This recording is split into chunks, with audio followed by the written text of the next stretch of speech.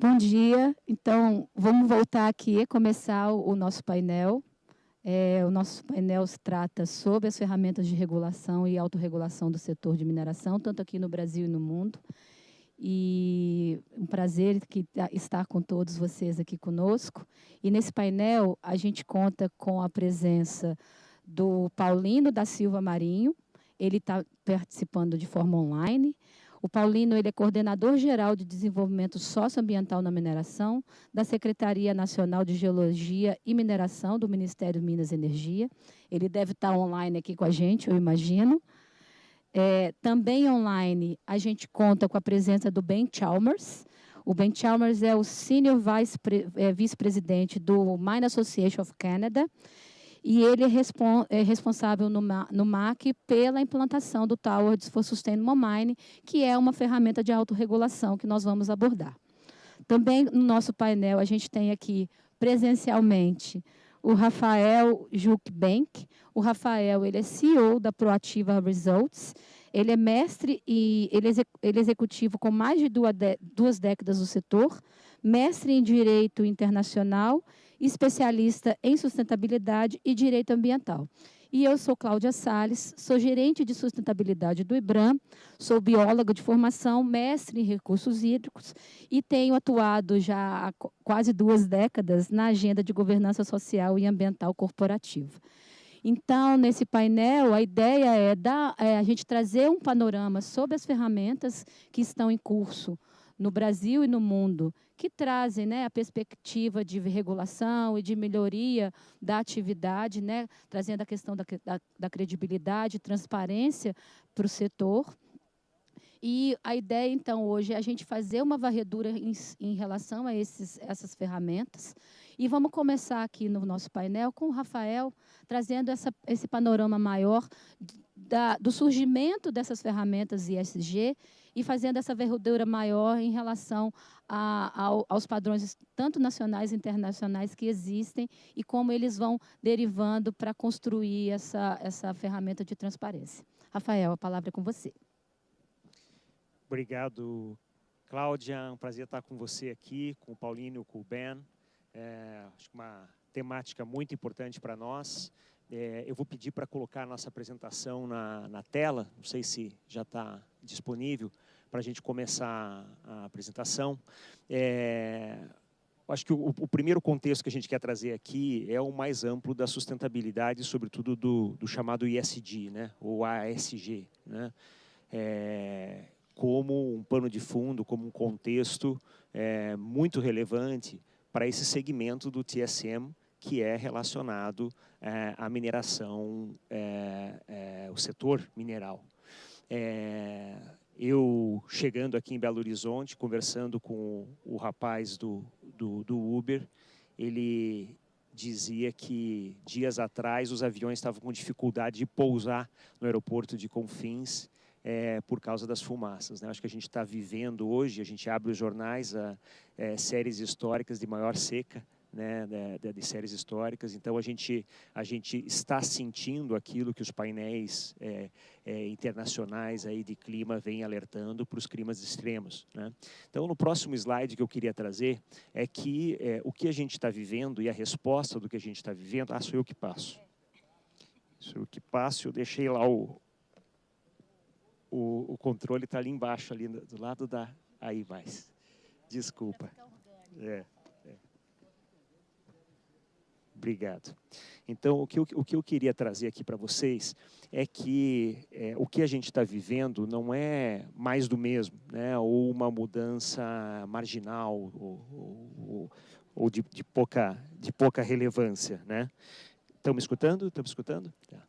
Então, o que a gente está tendo é uma grande transformação, né? Eu trouxe um pouco desses ciclos de inovação da história recente aí da humanidade, desde aí do século XVIII, e a gente vê o quanto que as mudanças de energia, né, vindas das necessidades, né, da humanidade, foram transformando radicalmente a nossa sociedade, né?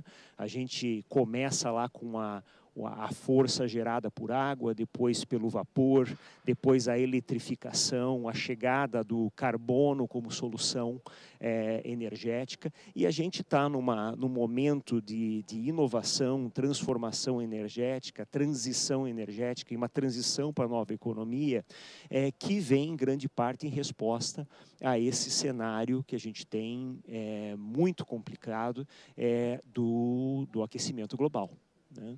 O aquecimento global não é porque ficou mais calor lá fora, a gente sabe disso, e a gente está vivendo as consequências que trazem risco real, né?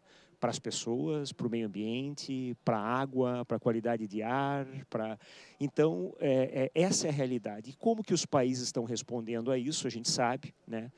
Nesse arco-íris que vocês veem aí, toda essa faixa azul claro são dos países que se comprometeram a zerar as suas economias em carbono até a data de 2050. Então, são praticamente 150 países que já têm esse compromisso, que já estão buscando esse compromisso, com um efeito brutal, né, de transformação econômica, de transformação regulatória, né, e, logicamente, a questão do carbono é a ponta de lança para uma série de outras questões ambientais e sociais que estão sendo endereçadas. E essa questão da neutralização do carbono, como eu vinha dizendo mais cedo, vem atrelado à resposta e à atenção a diversos riscos, né, em que as empresas se inserem e buscam a sua prevenção, buscam seus endereçamentos, em que o setor financeiro e o capital também tem cuidado de onde colocar o seu dinheiro, porque cada um daqueles empreendimentos está exposto a esses riscos, né? Então, a gente vê dessa avaliação de riscos do World Economic Forum que, para os próximos 2 anos, toda essa questão de desinformação que a gente tem aí, de fake news, etc., é uma grande preocupação, mas a gente tem a grande questão dos eventos extremos, né, de climáticos, assim como dentro de 10 anos, esse mesmo risco, junto com grandes mudanças dos sistemas, né, ambientais globais, a perda da biodiversidade, a perda do capital natural e o impacto em pessoas como central, né? E a gente tem, ao mesmo tempo, uma discussão sobre o fim do ESG, né? E a gente teve uma discussão mais acentuada sobre isso, muito recente, quando em alguns estados americanos começou-se a baixar por lei a não inclusão do ESG como um fator de análise de risco para empreendimentos de capital, dizendo que, olha, na análise de risco de um empreendimento deveria ser a análise de risco financeiro, não de risco ESG. Né? E o que a gente traz como pensamento é mais ou menos como funcionam as curvas da moda, né? Nós tivemos aí no final daí 2019, 2020, no Brasil, uma moda muito grande relacionada ao ESG, então ali houve uma inflação de expectativas, né, com relação a isso, e logicamente, dependendo da expectativa e do ângulo, essa expectativa ela é frustrada, né? Mas depois dessa frustração, né, e muito da reação de dizer, não é tudo isso, e né, aquela bolha estoura, essa moda tem uma substância, porque não à toa ela aconteceu, né? E aí o que acontece é que é estabilizado aí o chamado de platô de produtividade, né? Onde os vários agentes entendem o que é a essência, né, dessa questão e vão endereçar isso de uma maneira mais estrutural. O TSM está dentro desse platô de produtividade, aliás, ele precede a moda, porque o TSM vem dos anos 2000, tentando endereçar um bom desempenho socioambiental e de governança para o setor de mineração, e ele persiste agora internacionalmente, a gente vai falar sobre isso daqui a pouco. Agora, dentro dessa questão de morrer o ESG, a gente vê aí nesse gráfico de baixo, está pequenininho aí talvez para vocês verem, mas vejam que onde começa essa curva ascendente são os anos 2000, né, até o ano ali de 2020, são 2 décadas, vocês veem o quanto subiu essa curva de medidas regulatórias, de políticas, diretrizes em mais de 100 países em todo o mundo, endereçando a questão socioambiental. Né? Então, a gente tem um ambiente regulatório crescente, endereçando a questão ESG sem precedentes, e não por acaso, né? Porque a gente está vivendo o desafio climático, a gente está vivendo o desafio social. E aí eu trago essa figura, porque a questão da regulamentação, ela é a ponta do iceberg. Né? Se a gente se guiar somente, eu acho que a mineração tem um histórico e muitas lições aprendidas, que o que é o compliance, ele é necessário, mas longe de ser o suficiente, até porque há um atraso entre algo virar uma lei e autorregulação e boas práticas, etc. Então, o setor mineral sempre esteve atento a boas práticas e o que se chama de beyond compliance, né, que é o além daquilo que é o estritamente legal.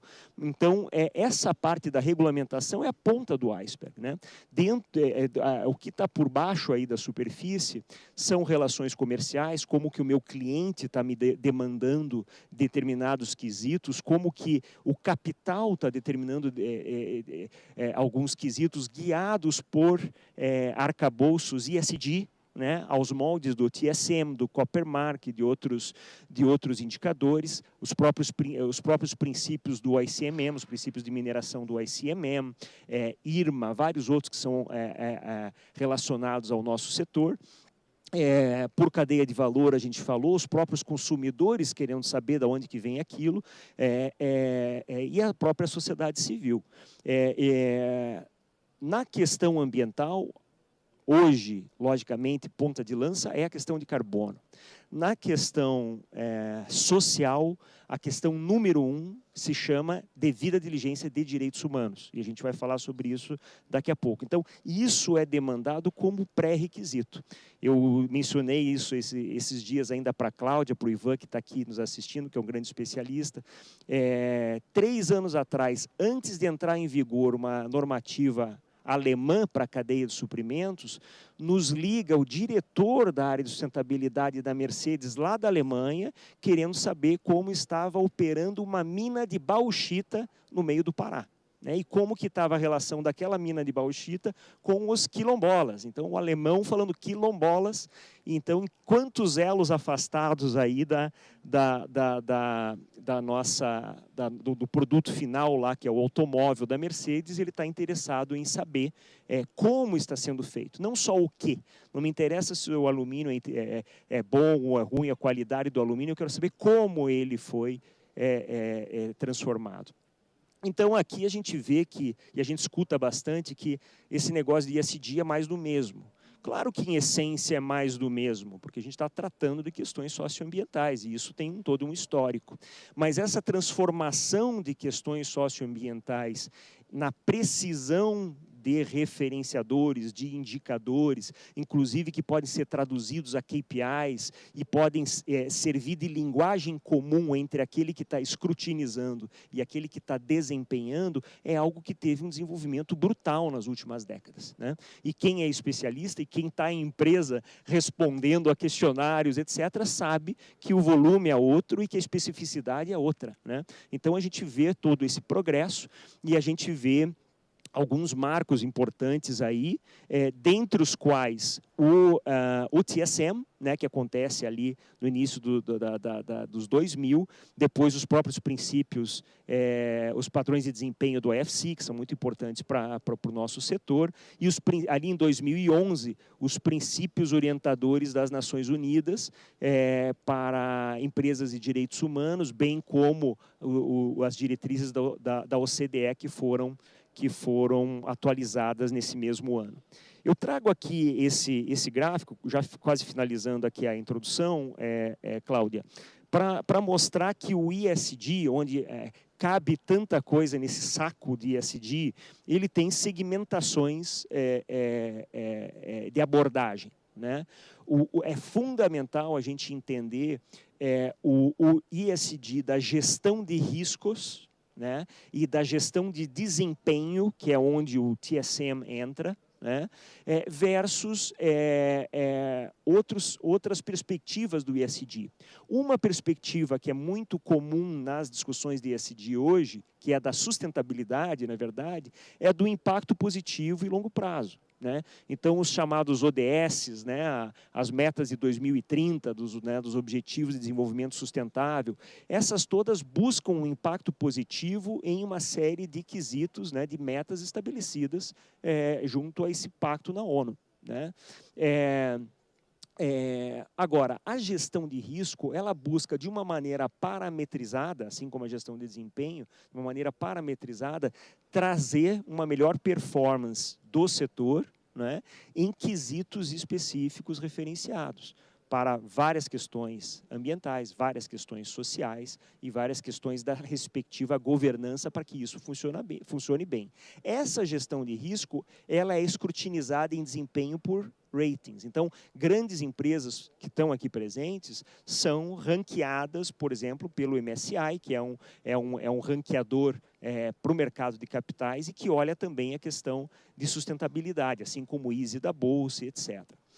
A gestão de risco ajuda as empresas a trabalhar um monitoramento de resultados e há um dever hoje da transparência, como a Cláudia falou. Então, isso aí explica um pouco como que as peças se encaixam no mundo ESG. Deixa eu ver se eu consigo mudar aqui. Aí eu estava exemplificando um pouco o que são os vários segmentos, né, quando a gente está analisando ESG, vocês devem conhecer isso, e da evolução. Né? Eu acho que, especificamente, eu mostrei um pouco mais cedo aquela régua do desenvolvimento do ESG, e em paralelo a isso estava, né, e está acontecendo o desenvolvimento de algo que né, desde a década de 70 também, assim como sustentabilidade, crescendo muito, mas se firmando agora, sobretudo com a diretiva da União Europeia para a devida diligência, se firmando como o eixo central do pilar social do ESG,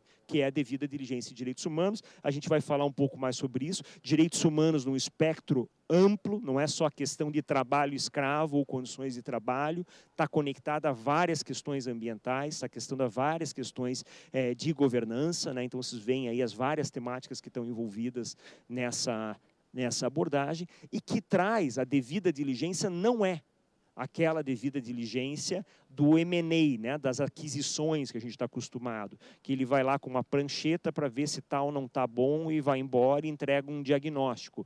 A diligência de direitos humanos é o cuidado com os direitos humanos, e isso acontece de uma maneira permanente. Então, a ideia é que você tem um processo continuado permanente, assim como a gestão corporativa de risco, mas essa gestão tem as pessoas no centro, e essa é uma nova abordagem trazida pelos referenciamentos.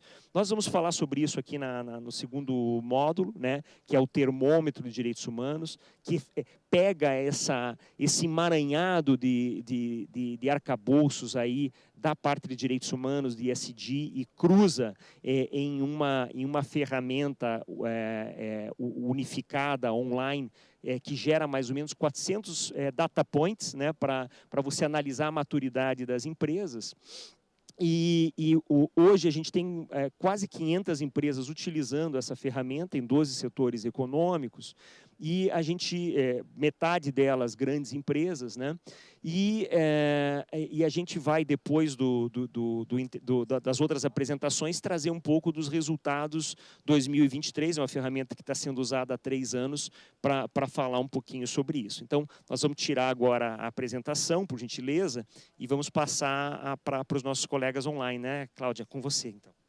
Rafael, muito obrigada. Eu acho que essa sua avaliação, né, esse seu panorama aí mais amplo, traz um pano de fundo bem bacana para a nossa conversa.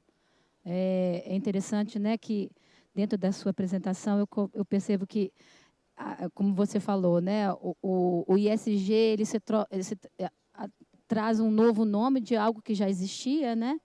Ele inicialmente era dentro daquela sua linha ali de evolução, uma organização das boas práticas, né, e de você conciliar a questão de medir, de reportar e verificar, e agora com esse conteúdo tão forte da questão social, dos direitos humanos e de como você falou, da questão também do mercado de carbono, né?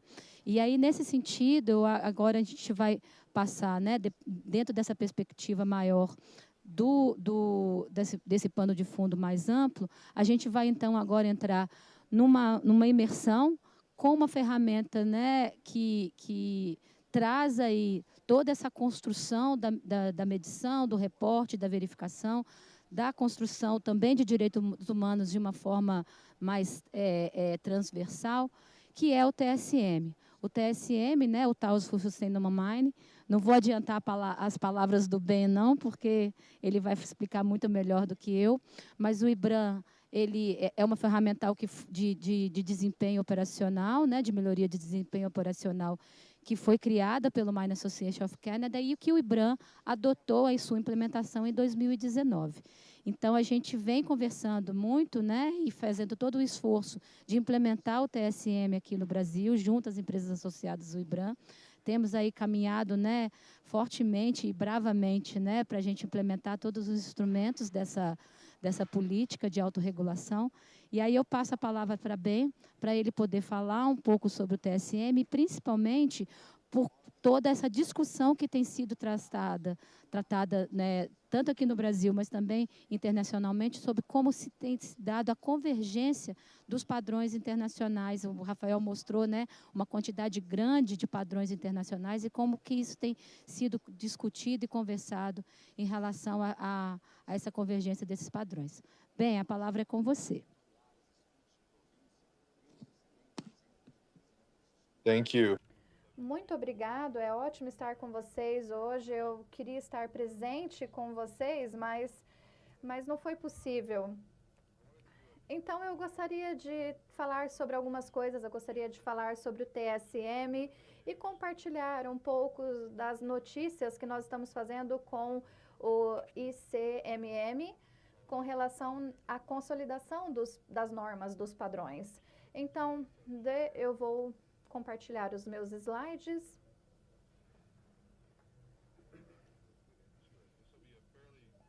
Essa será uma visão geral rápida da apresentação do TSM para cumprir com o tempo disponível.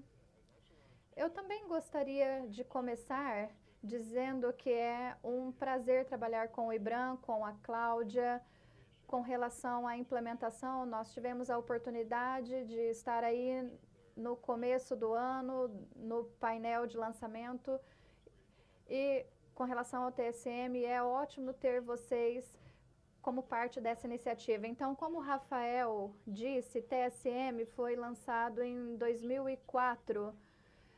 É um padrão focando em dados para muitas partes interessadas e está crescendo. E o timing é importante, porque é importante entender que quando isso foi criado, foi antes da pressão dos investidores, não havia conversa com os clientes. E era uma questão de tentar fornecer ferramentas para criar um consenso entre as operadoras sobre boas práticas e tentar fornecer um melhor nível de informação para as comunidades que estavam preocupadas como nós estávamos operando as nossas plantas. Então, o TCN nasceu a partir dessas preocupações. Nós temos criado valor desde então. Com relação ao que é TSM, nós temos 7 coisas do lado direito da tela. É um conjunto de princípios, indicadores que trazem essas diretrizes à luz dos problemas. Como o Rafael estava falando na apresentação dele, é um compromisso para reportar a nível de instalação, verificar o relatório para ver se ele é crível e depois reportar a nível da planta, e também tudo isso foi feito com um painel de várias partes interessadas, de stakeholders, e nós estamos implementando em escala nos países que operamos. Nós temos associações internacionais como a IBRAM. Conforme nós chegamos para o processo de implementação, nós buscamos trazer essas parcerias. No Canadá, nós temos 85% das minas participantes da implementação do TSM como resultado dessa abordagem. Esse é um mapa global de onde o TSM está sendo implementado em diferentes estágios, em diferentes locais. Nós temos um novo país que precisa ser adicionado a esse mapa. Mês passado, houve a inclusão da Mongólia, que será incluída nesse mapa. Vocês podem ver como nós temos mais de 200 empresas implementando em diferentes estágios o TSM para ter um padrão mais abrangente. Nós temos países que fazem parte dos painéis internacionais que estão mais ativos, e nós conseguimos ver um interesse crescente de investidores e clientes nesse sistema. Como nós entramos para a parte mais detalhada do programa, nós começamos com esses painéis consultivos da Comunidade Nacional de Interesse. Nós queremos implementar.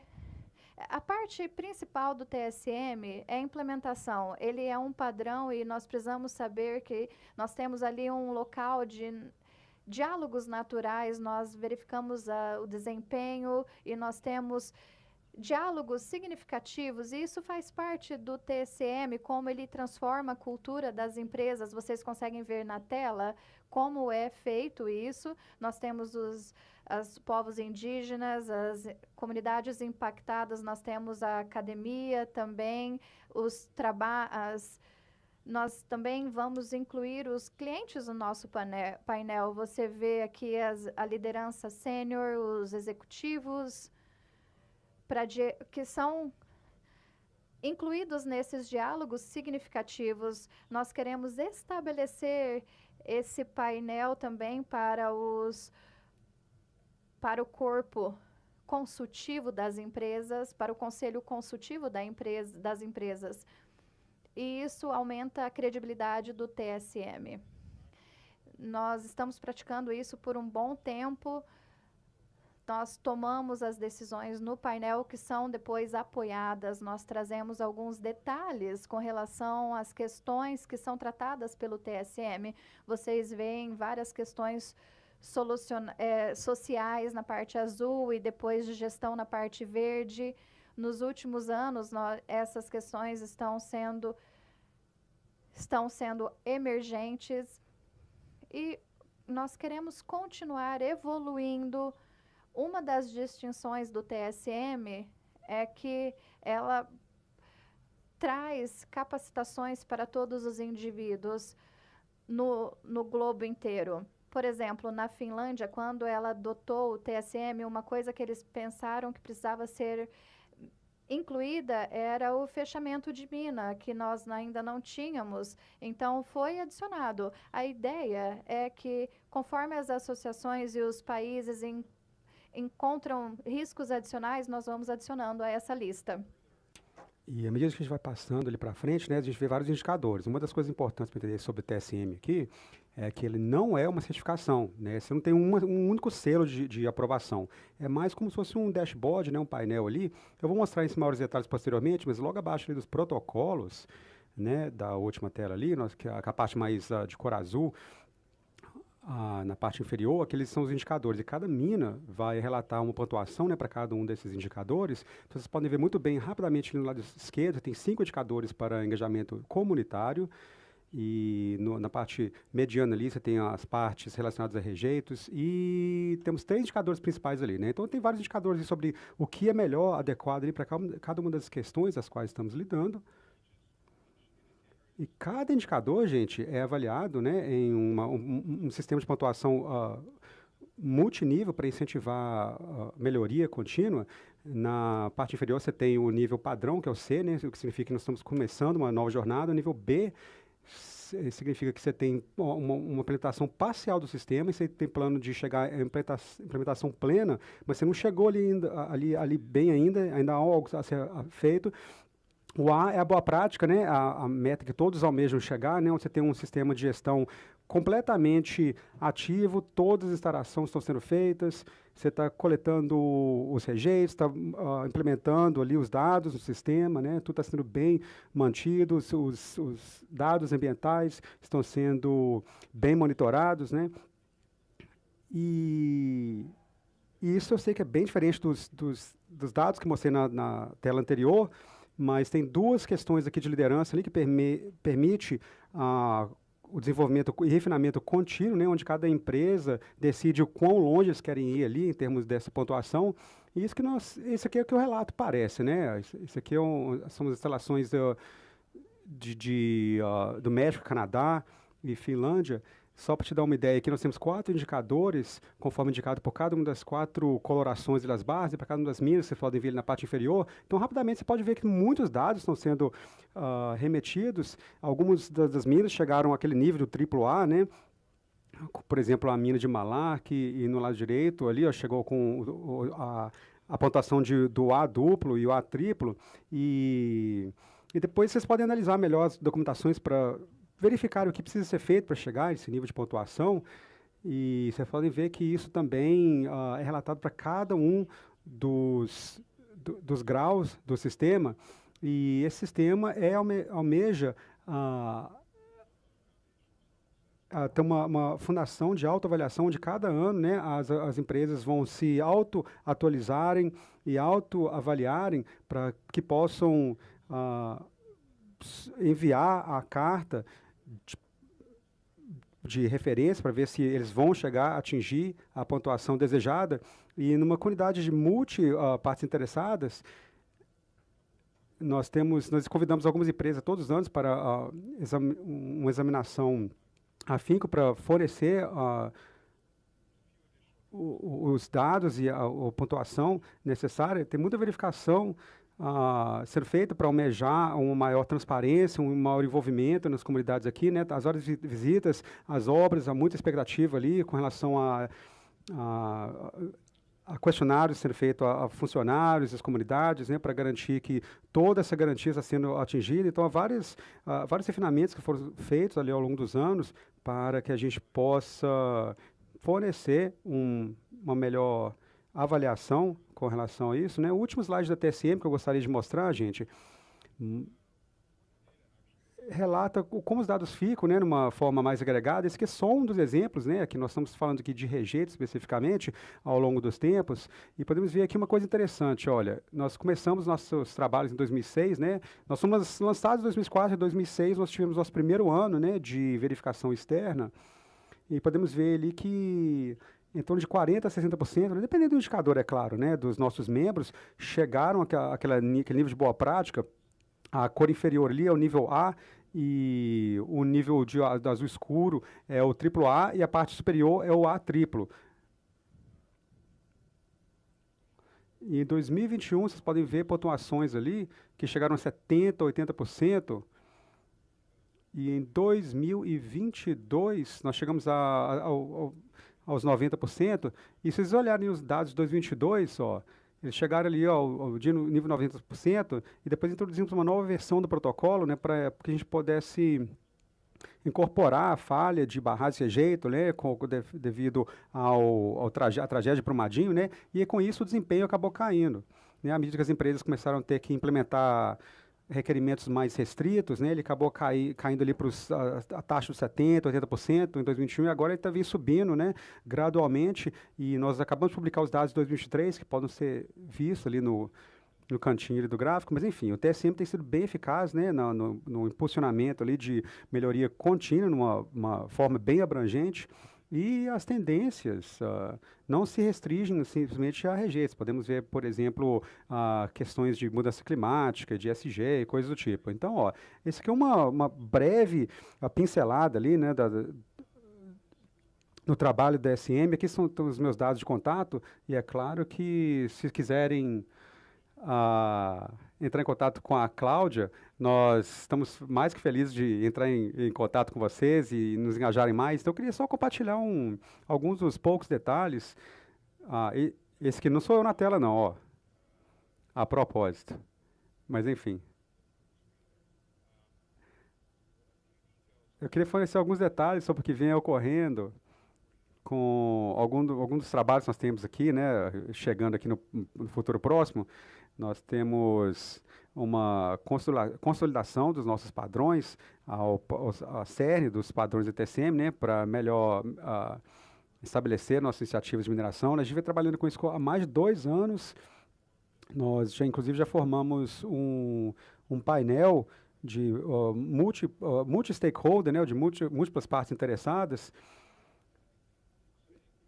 que nos leva a chegar mais perto a lançar o nosso programa de consultoria. Até então, nosso projeto tem sido desenvolvido com o apoio dos nossos 2 grupos de consultoria, né, os nossos parceiros, né, de padronização, mas estamos comprometidos a nos esforçar cada vez mais, a engajar mais com as nossas partes interessadas, e isso deve ser introduzido ali em torno de outubro.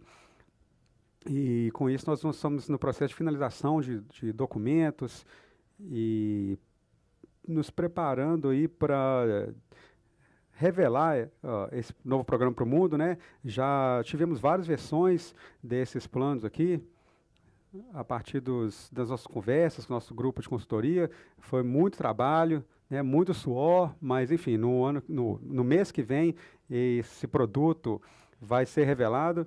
E é um programa que converge todos os nossos padrões, né, de forma única, para apresentar a complexidade, né, dos nossos planos, e para colocar todos os padrões ali na mesa, né, e unificar eles em um único padrão, e introduzir uma estrutura de governança que é baseada, conforme já havia dito, né, de múltiplos shareholders, múltiplas partes interessadas, e vai ser bem semelhante, né, aquele pessoal que já trabalha com o TSM, mas ele vai incorporar os elementos do TSM com essa padronização. E na semana passada nós estávamos trabalhando com isso aí, por isso que eu não pude estar com vocês aí essa semana, né? Eu estava tendo reuniões com o nosso grupo de consultoria para colocar os últimos pingos dos is aí, mas enfim, tem um site aí que consolida todos esses planos, né, nossa iniciativa de padronização, onde nós vamos mostrar, né, o trabalho que nós estamos fazendo aí com os nossos consultores. E o plano aqui, gente, é de fornecer um serviço de consultoria de 60 dias, né, que vai dar tempo a vocês, né, que quiserem enviar os seus documentos, né, e inclusive eu incentivo vocês a compartilharem os seus pontos de vista, né. Nós temos traduções ali a 7 diferentes línguas, e a gente está bem empolgado com isso, né. Acho que então o plano tem sido muito bem recebido, e ele é o primeiro de 2 consultorias públicas, né. Então, em outubro, nós também temos planos de incorporar o retorno ali, né, a nossa segunda versão, e nós vamos lançar um segundo produto de consultoria ali meados do ano que vem. E, é claro, né, para todos vocês que já estão investindo na consultoria da TSM, né, a mensagem que para vocês o que vocês estão fazendo aqui agora, ó, é tempo muito bem gasto, né, já que a TSM vem sido muito bem vista aqui, conforme esse novo plano, esse novo padrão. Então, continue assim, e nós vamos trabalhar com os nossos novos parceiros, como o IBRAM, nessa transição, assim que, principalmente quando esse novo padrão for instaurado. Então, é isso aí, gente.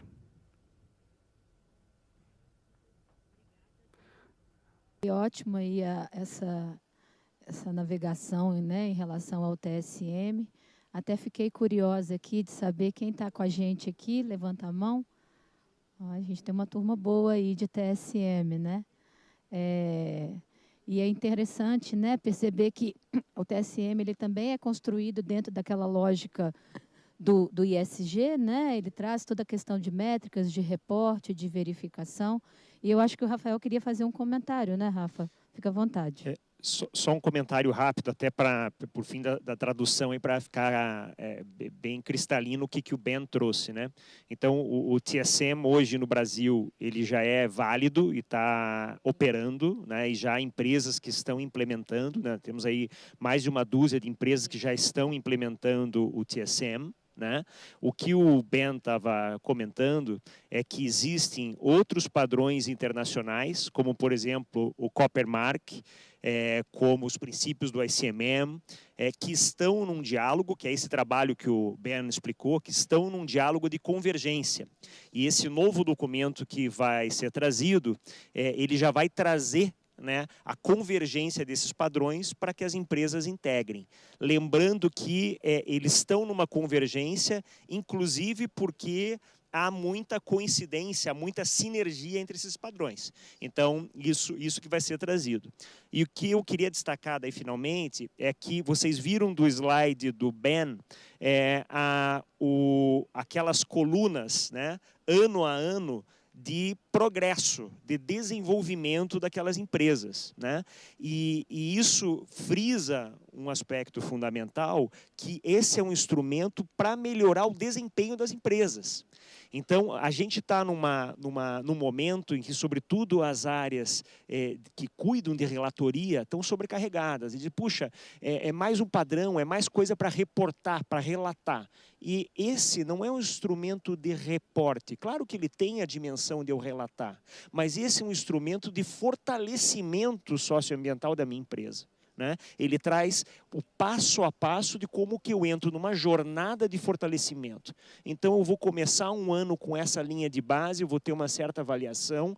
O que eu preciso fazer exatamente para fortalecer a minha empresa e ir elevando o meu nível de sustentabilidade, buscando a excelência. Então, isso eu acho que é muito importante frisar. Né? É um belíssimo instrumento, uma belíssima ferramenta para as diversas áreas envolvidas na sustentabilidade da empresa seguir um caminho de fortalecimento. Sim, ele auxilia na harmonização dos esforços, né, Rafael? É um sistema de gestão e governança, principalmente, e aí o crescimento e a melhora é contínua, a melhora do desempenho é contínuo, né? Eu, antes de passar a palavra para Paulino, quero lembrar que as perguntas, né, podem ser enviadas aqui pela leitura do QR Code. A gente já recebeu algumas aqui, mas aí eu incentivo todas e todos a fazer esse movimento, tá? De trazerem perguntas, porque eu acho que a gente tem uma oportunidade bacana aí de tirar, né, dos expertos que estão aqui com a gente as melhores informações. E aí, nesse sentido, né, já quero aqui trazer Paulino para a fala. O Paulino, o Brasil tem discutido, né, isso não é uma discussão só aqui do Brasil, mas a questão da taxonomia sustentável, hoje, ela é uma demanda e uma crescente em todos, né, em quase todos os países. Vários países já estabeleceram as suas taxonomias e a gente vê muita convergência e aderência com tudo que a gente tem falado, né? Todos esses ferramentais, é um ferramental também de regulação, né? Porque ele traça, aí, a partir de métricas, né, e indicadores, aquelas atividades que tem dentro da perspectiva, né, dos seus processos operacionais, promover a inclusão, promover aí o desenvolvimento sustentável, né, trazer a melhoria da qualidade de vida das pessoas, muito, né, vai muito ao encontro do que o Rafael falou, né, da questão do carbono, da questão dos direitos humanos. Então, o Brasil está discutindo hoje a taxonomia sustentável, né, eu até tenho aí a felicidade de fazer parte do Conselho Consultivo e tenho conversado muito com o Paulino, né, em relação a essa agenda. Então, passo para você, Paulino. Agradeço aí imensamente a oportunidade e deixo aí a fala contigo para você explicar para nós sobre esse assunto.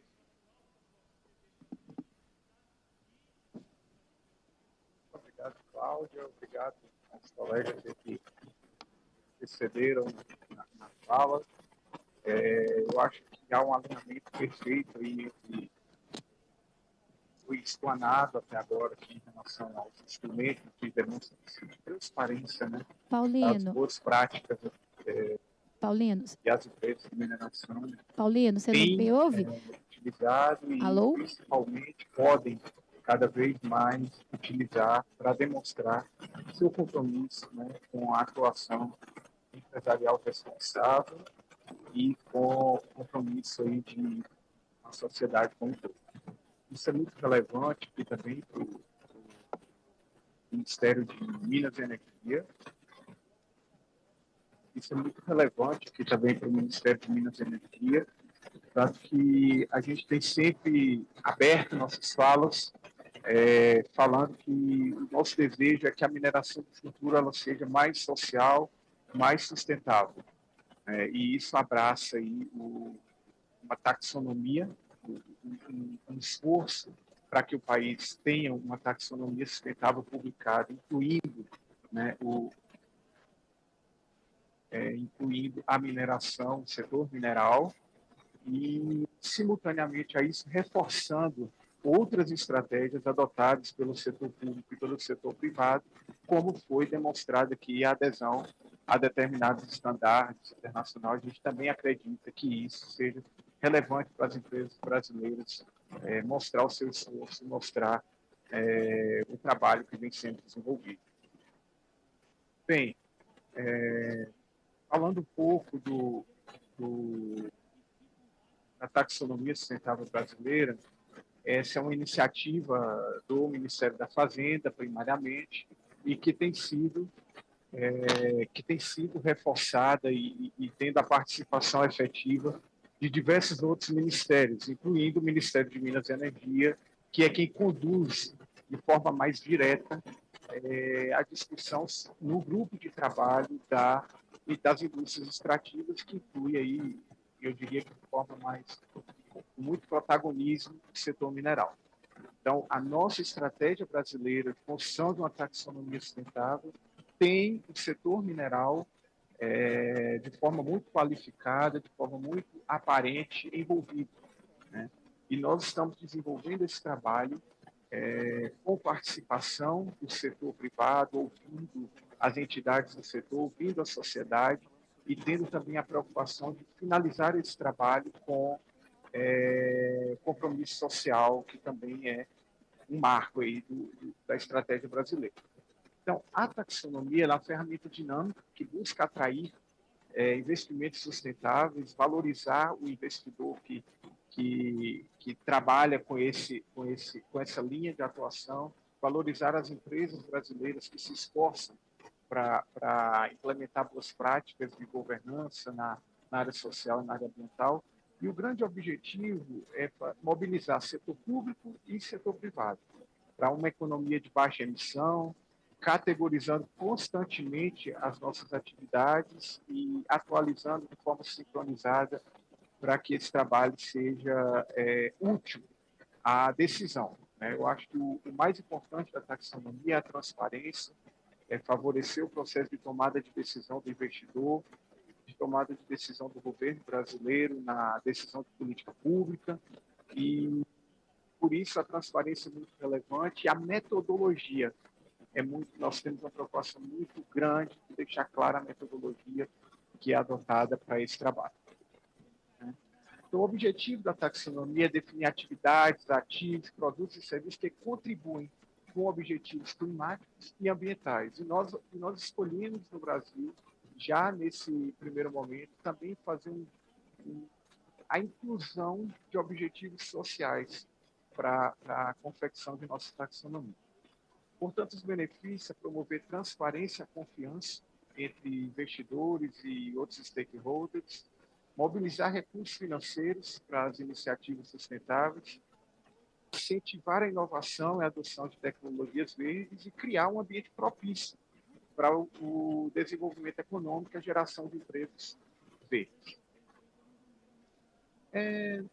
Como não poderia ser diferente, ser um objetivo muito abrangente e envolver diversas atividades do setor econômico, a gente tem inúmeros objetivos, a gente tem inúmeros olhares da área ambiental, da área econômica, da área social, e nesse primeiro momento o Brasil adotou a estratégia de escolher 4 principais objetivos que nortearão esse trabalho, que é a mitigação das mudanças climáticas, a adaptação às mudanças climáticas, a redução da desigualdade socioeconômica, considerando aspectos raciais e de gênero, e a redução de desigualdades regionais e territoriais do país. Então, são 11 objetivos, mas esses 4 serão priorizados nesta primeira etapa do trabalho. Um ponto muito importante é a seleção dos setores. Nós fizemos a seleção, a taxonomia brasileira é bastante completa em relação à escolha dos setores, já que nós estamos contemplando os principais ramos da atividade econômica brasileira, os principais ramos que têm interface e capacidade de mobilização para redução das emissões de gases de efeito estufa, e grupo B, que é o grupo de trabalho de indústria extrativa, que é aquele que está dedicado de forma mais exclusiva e direcionada à atividade de mineração.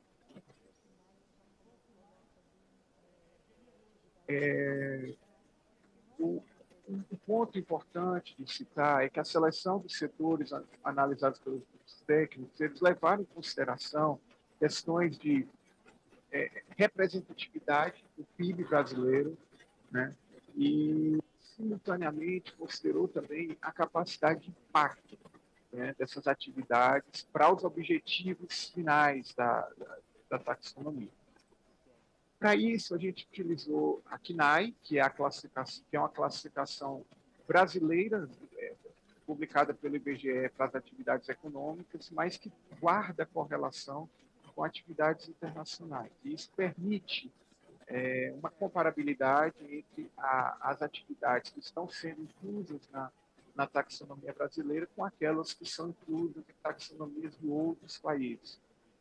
E aí é importante deixar claro que esse trabalho está sendo feito olhando para as experiências bem-sucedidas em outros países, e em especial para o setor mineral, ele tem um caráter bastante vanguardista, porque apenas Austrália e Chile já publicaram taxonomias, incluindo as indústrias extrativas. A União Europeia também já está em consulta pública, incluiu em sua taxonomia as atividades de mineração.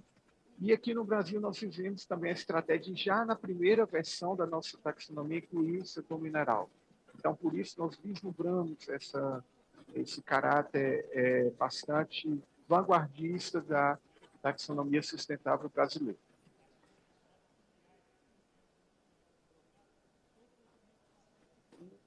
A taxonomia é um documento dinâmico, atualizado, ele precisa ser expandido. E esse primeiro momento nós estamos focados em escolher minerais, incluir atividades voltadas para minerais estratégicos para a transição energética. Nesse sentido, o Brasil tem grandes reservas de minerais críticos, né? E parece bastante razoável que a primeira versão da taxonomia brasileira já inclua as atividades de mineração. Isso não significa que deixaremos de lado as análises voltadas para aqueles minerais que são relevantes para a nossa atividade econômica. Isso também foi feito aí pela União Europeia, foi feito pela Austrália, foi feito pelo Chile, que foram as experiências pregressas aí de atividade de mineração trabalhado dentro das taxonomias. Portanto, nós enxergamos que a taxonomia é um documento dinâmico e o que precisa ser expandido. O que nós estamos trabalhando é uma primeira versão e acreditamos que ela já sairá com uma capacidade de mobilização de investimentos bastante relevantes, tanto e o setor privado e o setor público poderá tomar boas decisões a partir da classificação que estamos fazendo. E um ponto relevante é que a gente acredita na complementaridade, ou seja, essa estratégia da taxonomia, ela complementa, ela vem a somar com outras estratégias que já são adotadas pelo setor, que já são adotadas pelas empresas, e aí eu incluo o esforço que as empresas do setor têm adotado para demonstrar a sua adesão a enquadramento a estandartes de práticas ESG. As atividades econômicas da taxonomia brasileira incluirão a extração de minerais e seu beneficiamento, E essa seleção, ela observa, eu acho que é muito importante citar, que o dano significativo da atividade. Então, ao se buscar contemplar um objetivo da taxonomia, em especial aqueles 4 que eu citei no início da apresentação, você não pode comprometer os demais. Então, é um requisito que a atividade econômica ela beneficie direta ou indiretamente pelo menos um daqueles objetivos. O outro, nós vamos observar também a contribuição substancial que aquela atividade tem para redução, por exemplo, de gases de efeito estufa, ou compromisso com a mitigação e aumento da resiliência da capacidade do setor mineral brasileiro, ou ainda com os compromissos sociais que estão atrelados ao desenvolvimento da taxonomia. Então, acho que, até para sinalizar de forma muito clara, nós estamos olhando para referências internacionais, nós estamos olhando para publicações científicas que demonstram a eficácia dessa medida e, simultaneamente, priorizando os minerais estratégicos para a transição energética e aqueles que são mais relevantes do ponto de vista de atividade econômica brasileira. Então, os critérios, a partir da escolha da atividade econômica, você define o escopo, o limite e, principalmente, o nível de ambição. Ou seja, aquilo que se quer, onde se quer chegar ao escolher aquela atividade, qual o nível de contribuição que ela pode dar para os objetivos de sustentabilidade sociais e de governança. E, portanto, a partir desses dados, esse critério de triagem, nós faremos a classificação das atividades e publicaremos um documento demonstrando os níveis de entrega e de escolha que o Brasil fez no delineamento da sua taxonomia sustentável brasileira. Essa é uma política muito relevante aqui para o Ministério de Minas e Energia, é um compromisso de mobilizar o setor privado, de direcionar o setor público para investimentos sustentáveis. Nós acreditamos que a mineração, acho que a apresentação do Rafael falou algo muito claro, né? Não há futuro sem mineração, mas nós também queremos que a mineração do futuro ela seja mais justa, ela seja mais sustentável, e acho que nossos esforços, seja governamentais, seja do setor privado, das empresas, das entidades internacionais, eles se abraçam no sentido de promover esse objetivo comum. Tal qual meus colegas que me antecederam, eu digo que o Ministério está à disposição para discutir, mostrar o trabalho que vem sendo feito. Isso é algo que nós estamos trabalhando com absoluta transparência, tanto na metodologia quanto nas escolhas, e ouvi-los, seja investidores, seja representantes de entidades, será muito relevante para a consecução desse trabalho. Ele entrará em consulta pública até o final desse ano, e teremos a oportunidade aí de abrir essa discussão e maturar esse importante instrumento, né, de desenvolvimento econômico e social do país, e nos inspirando aí nas boas práticas internacionais. É isso. Obrigado, Cláudia.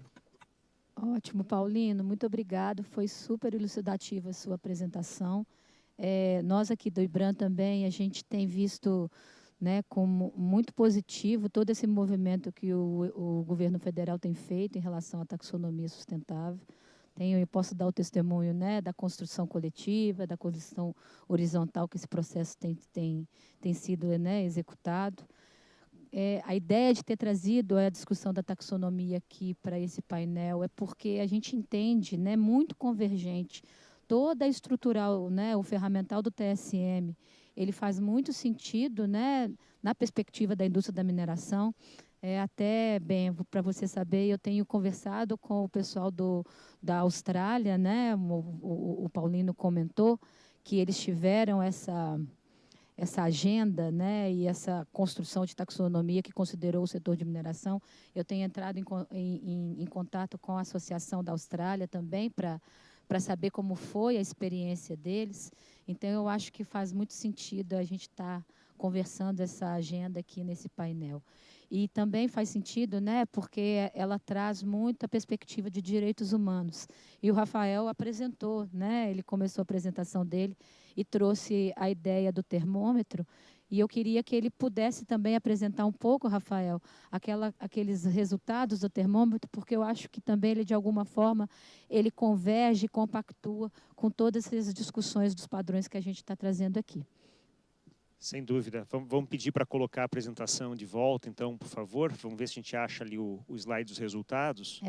Rafael bem, que é a apresentação. Isso. E só conectando, achei muito elucidativa a apresentação do Paulino e quanto que conecta com a minha fala anterior e do próprio Ben, né, como você bem disse, Cláudia, da interconexão de tudo que a gente está falando nesse painel, né? Acho que a gente está juntando as peças nesse painel do que é o contexto. Quando a gente estava falando naquelas mudanças de paradigma, né, logo no primeiro slide, né, históricas aí da humanidade nos últimos 200 anos, essa mudança de paradigma que a gente está atravessando, né, da transição energética para uma nova economia, e não é só uma transição energética, é uma transição do modo, né, de a gente desenvolver, ter o desenvolvimento econômico, né, dos países. Essa mudança, ela vem sendo guiada pelos países pela chamada taxonomia, né? Então, a taxonomia é a grande receita do que vai ser direcionado para essa transformação. E o caminho para isso, né, inclusive para eu entrar de uma maneira positiva na taxonomia, um dos instrumentais para isso é o TSM, como disse a Cláudia. E daí, logicamente, até a sugestão e a recomendação para o Ministério que leve em conta o TSM como um instrumental, né, para esse caminho. Um ponto importante para a taxonomia, até, Paulino, já reforçando uma sugestão, é que quando a gente olha nas taxonomias de vários países, regiões do mundo, em especial a taxonomia europeia, que é precursora, a gente vê um fator que não ficou evidente ali na apresentação, que é o chamado zero harm, né, que é o dano zero. Né? A questão do dano zero como um pré-requisito da taxonomia, ela vem sendo trazida pelas maiores taxonomias, pelas principais taxonomias internacionais, e é fundamental que a gente incorpore, sobretudo no nosso setor, ainda mais com o histórico que a gente teve recente no nosso país, né? Então, a gente tem que partir de um patamar de compromisso de dano zero, sobretudo na parte social, né? E esse compromisso de dano zero na parte social conecta exatamente com essa parte de direitos humanos, Cláudia, que você estava falando, né? Então, ele é um pilar pré-condicionado na taxonomia europeia, né? E a gente vai ser exigido disso porque a gente faz parte das cadeias internacionais, né? Então, isso acho que é muito importante que a nossa taxonomia incorpore. E eu vou trazer aqui alguns resultados do termômetro. Sou eu que estou dirigindo aqui. Então, vocês lembram lá que a gente trouxe aqueles vários contextos, vários arcabouços de direitos humanos sendo centralizados aí para análise aí nesse círculo azul aí central. A gente busca trazer essa análise em 3 eixos fundamentais, né? Um eixo eu vou olhar como que está nessa parametrização o meu desempenho né, das minhas operações próprias, como que está meu compromisso de respeitar direitos humanos, se eu estou fazendo uma identificação e avaliação adequada de riscos e impactos, se eu estou integrando esses resultados em medidas de resposta, monitoramento, prevenção, se eu tenho um bom mecanismo de denúncias e reparação, e se eu faço uma boa comunicação com as partes, inclusive com o público em geral. Depois, no segundo eixo, que é esse central, eu vou olhar mais ou menos a mesma coisa do que eu faço junto aos meus fornecedores, porque hoje eu estou sendo cobrado na cadeia de valor, né? E, finalmente, eu tenho um terceiro eixo que olha como que está a criticidade e a minha resposta às mais diversas temáticas que hoje estão incluídas nesse amplo leque de entendimento de direitos humanos, né?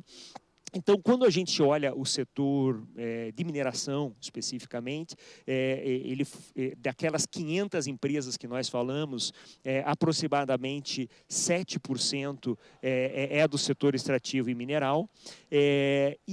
Quando a gente olha os resultados no Brasil, né, a gente vê que das mineradoras que participaram desse exercício, elas têm uma aderência, uma maturidade perante aí 400 data points dessa ferramenta, que são respondidas pelas próprias empresas, elas têm uma aderência de 65%, que é superior à média geral de maturidade das empresas do mercado brasileiro quanto às boas práticas de direitos humanos, né? E aí, quando a gente olha cada um dos eixos, a gente vê que o desempenho se mantém alto, tanto com relação às operações próprias, não cadeira de suprimentos, mas cadeia de suprimentos e temas críticos, né? Aí eu gostaria de entrar um pouquinho em detalhe, né? Primeiro, na parte de, já entrando aqui um pouco em detalhes, como que está a aderência, a maturidade das empresas com relação a cada um dos compromissos, né? E a gente vê, o que eu queria destacar para vocês, é que o compromisso de respeitar os direitos humanos, geralmente uma política própria, né? Um elemento muito básico, que é o incorporar uma política, né, de direitos humanos, e a gente vê que 83% das empresas de mineração têm alguma forma de compromisso de respeitar direitos humanos, que pode ser até uma declaração de respeito a direitos trabalhistas, o que seja. Existe um número que não está aí, é que, veja, o mercado é 63%, já é bem menos. E desses 63%, que tem política própria, é cerca de 20%. Então, algo que é pedido internacionalmente, que é você ter uma política específica de direitos humanos, é algo que ainda é muito pouco praticado. Se eu não tenho uma boa política, uma política forte, né, que seja endossada pelo nível sênior da corporação, eu não vou ter boas práticas dentro da empresa, ou vou ter menos probabilidade de ter boas práticas dentro da empresa. E aqui o que eu queria destacar é o desafio na parte de identificação e avaliação, quer dizer, o processo adequado de gestão de risco a pessoas que não está bem instalado nas empresas ainda, né? E ainda menos a parte de eu transformar isso em planos de remediação e prevenção. Na parte de cadeia de suprimentos, eu vou entrar aqui já em detalhe, a gente vê o mesmo fenômeno na parte de políticas. Há um forte estabelecimento de políticas voltadas à cadeia de suprimento, aos meus fornecedores, mas quando a gente fala de identificação e avaliação de riscos, de entrar nessa parte de identificação de riscos, ela é mais baixa. E quando eu falo né, dentro disso, de integração, a gente vê que o mercado, em todos os quesitos, né, a gente vê que o mercado, em geral, está bem aquém das mineradoras. Agora, uma ressalva aqui é que as mineradoras que participaram desse exercício são mineradoras de grande porte que já integraram muito essas práticas. Então, por isso que elas estão tendo aí notas excepcionais, né? Aqui um destaque importante, que é o fato de que ainda se utiliza muito na cadeia de suprimentos cláusulas contratuais, códigos de conduta. O que tem a sua utilidade e é um instrumento jurídico importante, porque você tem o comando e o controle, você vai fazer a verificação e tem uma questão contratual, etc. Mas hoje o que se pede é trazer o fornecedor junto, né? Como a gente é uma cadeia, a gente precisa de cadeias sustentáveis, resilientes. Então, eu preciso trabalhar com o fornecedor no onboarding do que isso representa, isso seja em sustentabilidade em geral, em especial na parte de pessoas, né, de direitos humanos, que pode trazer questões muito graves para a empresa. Gerar um engajamento contínuo, gerar treinamentos. Então, vocês vejam que as grandes empresas mineradoras brasileiras já usam mais desse instrumento, que estão no meio da tela, né? Utilizam, logicamente, também as questões de cláusula contratual, mas já estão utilizando muito mais que o mercado essa linha média de engajamento do fornecedor para embarcá-lo na cogestão de riscos, né? E aí, finalmente, sobre temas, E aqui é interessante, quem que está vendo o TSM aqui, se puder levantar a mão, só para a gente ver quantos que a gente ainda tem sobrevivendo. Pessoal, então vejam que interessante o painel aqui do lado, né, que é o tema de diversidade. E eles estão preocupados em saber como que nós estaremos em 2030. Né? Por que tem um painel sobre diversidade aqui do lado? Porque está como o tema mais crítico. Né, no mercado em geral. Né, 90% das empresas do Brasil, 500 empresas que utilizam esse termômetro, classificaram num ranking de gestão de risco como o principal assunto. Certo? Agora, a questão é que quando a gente vai para essas parametrizações internacionais, princípios orientadores, diretrizes da OCDE, que trazem requisito do que você tem que fazer na prática para gerar risco de violação, gerir risco de violação, para você evitar e endereçar impacto, o resultado que a gente tem é esse. Olhe onde que está a igualdade, diversidade e inclusão. Né? Então, a gente está ali com uma aderência do mercado de maturidade de tratar esses assuntos em 58%. Desculpe, eu pulei. Isso, 52%. As empresas de mineração de grande porte um pouco maior, mas vejam o contraste com a relevância do assunto. Né? Então, isso se chama uma análise de maturidade, e para aqueles que declaram, não é o caso aqui, logicamente, do painel do lado, mas para aqueles que declaram grandes ambições e etc., e não sustentam com prática, isso é chamado de greenwash ou social wash. Né? Então, a gente analisar muito bem a nossa maturidade tratativa, e mais do que eu ter uma super métrica do que eu vou atender em 2030, como que eu me asseguro que eu não estou gerando dano, que eu não estou trazendo dano, né? Que é o que eu disse mais cedo do zero harm, que é demandado pelas taxonomias internacionais.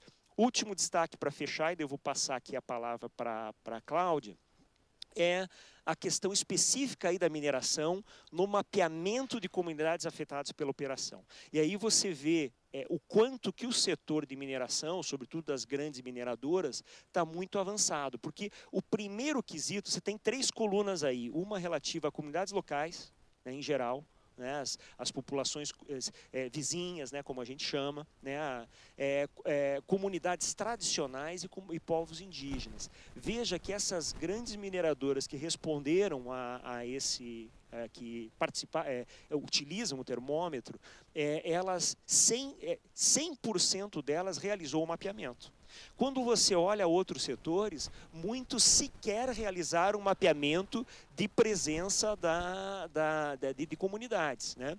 E dentro desse mapeamento, aí houve ou não identificação e daí tomou-se medidas. Então, isso mostra do quanto esses padrões, inclusive o TSM, trazem o como nós podemos, né, ter as nossas ações de melhor sustentabilidade, mostra que mineradoras grandes estão bastante avançadas nesse quesito, e mostra que existem instrumentais muito interessantes para nos guiar para fazermos o como melhor.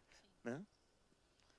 Muito bacana, Rafael, porque eu acho que você fez esse fechamento, né, daquilo que o Ben trouxe, e também o Paulino, né, dos comos, né? Que a taxonomia é isso também, né? É um como. E o TSM, com certeza, né? Porque ele tem aí todo um conjunto ferramental que auxilia nessa percepção, né? Eu acho que a gente foi muito feliz, né, de estar nesse painel ao lado com essas temáticas, né? E aí, então, vamos usar esses nossos últimos tempos, esse último tempo, para a gente trazer umas perguntas. Eu recebi perguntas aqui da audiência. Queria fazer uma pergunta para Ben. Ben, a pergunta para você, a pergunta é: quais boas práticas estão sendo consideradas no documento padrão de convergência que está sendo estruturado? Você poderia explicar mais sobre essa iniciativa?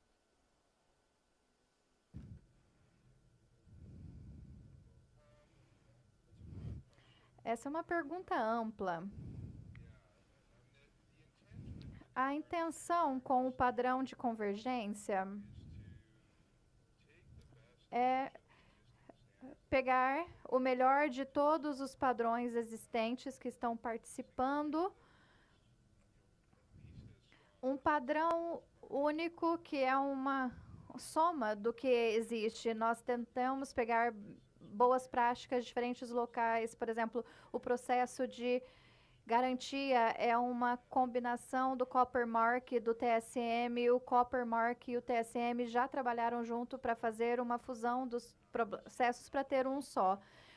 Falei sobre alguns níveis do TSM incorporados. E isso foi muito importante, porque essa é uma boa prática em termos de incentivos das melhorias contínuas. Nós temos 3 níveis de práticas bases, boas práticas e práticas que nós podemos chamar como ponta de lança. Nós temos levado a abordagem do TSM para priorizar os nossos esforços.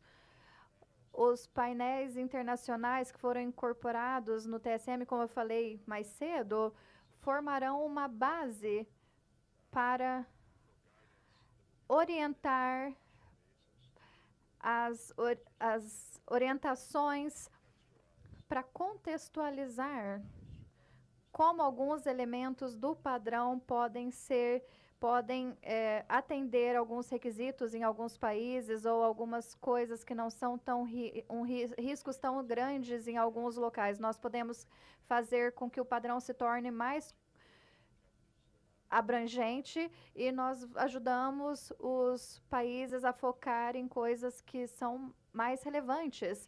Existem muitas inovações que foram sendo feitas ao longo do desenvolvimento do padrão. Nós tentamos combinar as pontuações do TSM com também as realizações alcançadas pelo mercado. Então, essas são alguns destaques que eu trouxe agora, que veio à minha mente. Bem,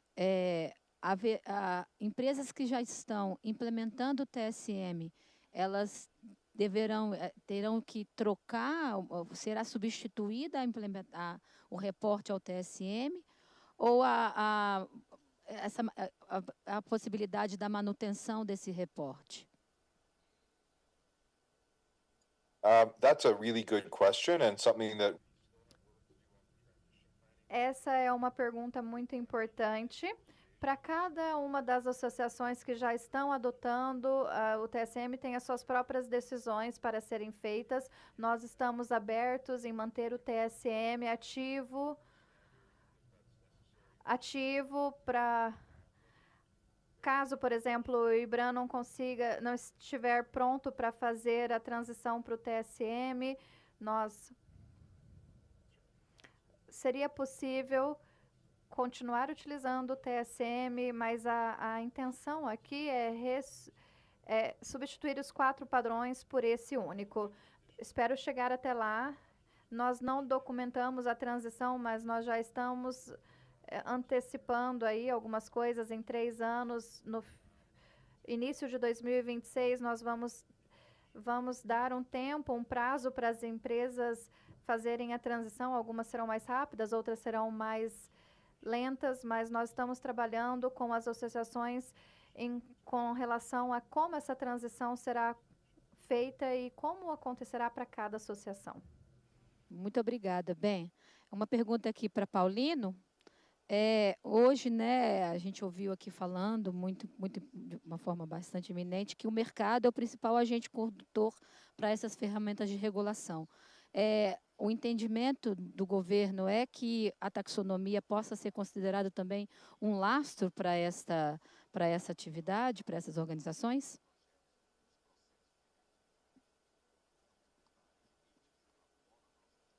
É uma questão bastante mobilizadora. Eu acho que